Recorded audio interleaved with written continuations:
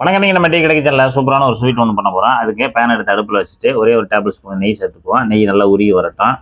நெய் உருகினதும் ஒரு அரை கப் ரவை வச்சுருக்கோம், உள்ளே சேர்த்துக்கலாம். அரை கப் ரவை சேர்த்துட்டு அப்படியே ஒரு 1/4 கப்பு பால் பவுட்ரு வச்சுருக்கோம், அதையும் உள்ளே சேர்த்துடலாம். பால் பவுட்ரு நீங்கள் வந்து 10 ரூபா பாக்கெட் 2 பாக்கெட் வாங்கி போட்டால் போதும். பக்கத்து கடையில் மீடியமான ஹீட்டில் வச்சுட்டு ரவையும் பால் பவுடரையும் நல்லா வறுத்து விட்டுறலாம். இப்போ வறுத்துக்கிட்டே இருக்கும்போது ஒரு 1/4 டீஸ்பூனு பேக்கிங் பவுடர் சேர்த்துக்கலாம். இது வந்து நம்ம அந்த ஸ்வீட்டை வந்து சாஃப்ட்னஸ் பண்ணி கொடுக்கும், அதுக்காக அந்த இடத்துல நம்ம அதை சேர்க்குறோம். சேர்த்துட்டு அதையும் நல்லா கலந்து விடுங்க.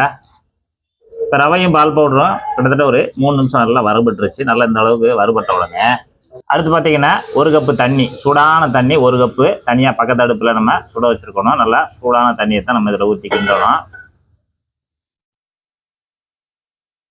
சூடான தண்ணி ஊற்றி நல்லா கிண்டி விட்டுக்கிட்டே இருங்க.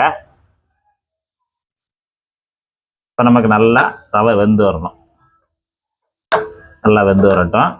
நல்லா கிண்டி கொடுத்துட்டு ஒரு கெட்டி பதத்துக்கு நம்ம எடுக்கணும்.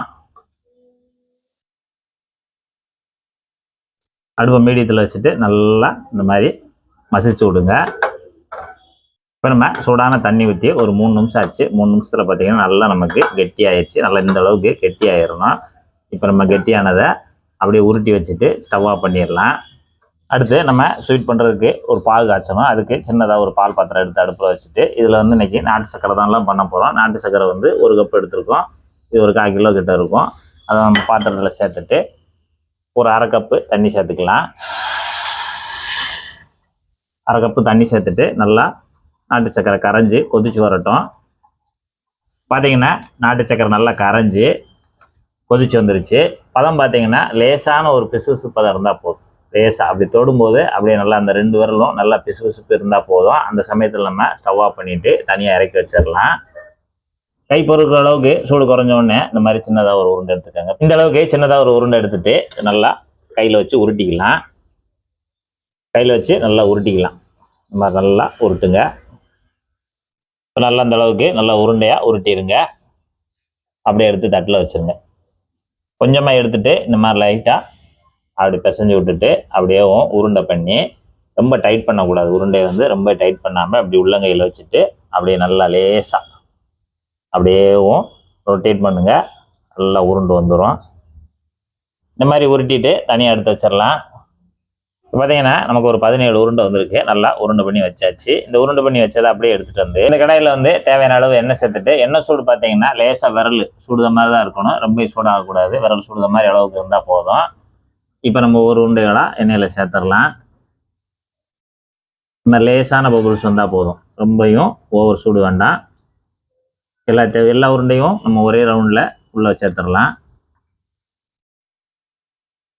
இப்போ உருண்டையெல்லாம் உள்ளே சேர்த்துட்டோம். இந்த லேசான பபுள்ஸில் நம்ம உருண்டைகள்லாம் எண்ணெயில் வந்துட்டுருக்கு. லேசாக மட்டும் ஒரு ஸ்பூன்ட்ட அப்படியே நகட்டி கொடுங்க.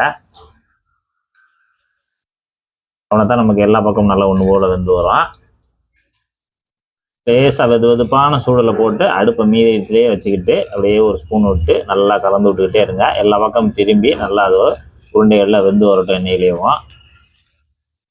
எண்ணெயில் உருண்டைகளை சேர்த்து ஒரு 3 நிமிஷம் ஆச்சு. 3 நிமிஷத்துலேயே நமக்கு அது நல்லா வெந்து வந்துடும். ஏன்னா ஆல்ரெடி நம்ம ஏற்கனவே வெந்நில தான் அந்த மாவுகளில் வேக வச்சுருக்கோம். அதனால் நமக்கு இந்த அளவுக்கு நமக்கு வந்தால் போதும். அந்த பவுல்ஸ் எல்லாம் லேசாக குறைஞ்ச உடனே அப்படியே அரிச்சு எடுத்துடலாம். பார்த்திங்கன்னா இந்த மாதிரி லேசான விரிசல் இருக்கும், அது இருக்கட்டும். அப்படியே எடுத்து தனியாக வச்சிடலாம். எல்லாத்தையுமே அரிச்சு எடுத்துருங்க. உருண்டைகளை எடுத்து இந்த மாதிரி நல்லா பெரிய பவுலில் சேர்த்துட்டு இப்போ நம்ம ஏற்கனவே வெள்ளைப்பாகு காய்ச்சி வச்சுருக்கோம்ல, அதை வந்து ஊற்றிக்கலாம்.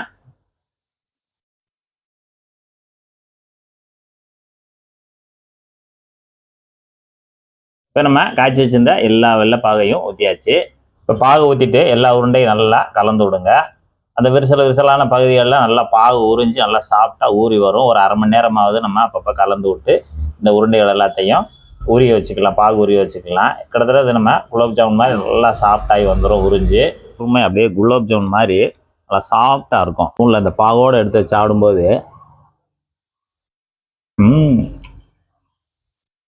அட்டகாசமாக இருக்குது. ரொம்ப ஈஸியாக சூப்பரான ஒரு ஸ்வீட் செய்ய நினச்சிங்கன்னா இந்த மெத்தடில் செய்யுங்க. அருமையாக இருக்குது. நீங்களும் இதே மாதிரி செய்து சாப்பிட்டு பார்த்துட்டு எப்படி வந்தன்றதை கமெண்ட்டில் சொல்லுங்கள். நன்றி, வணக்கம்.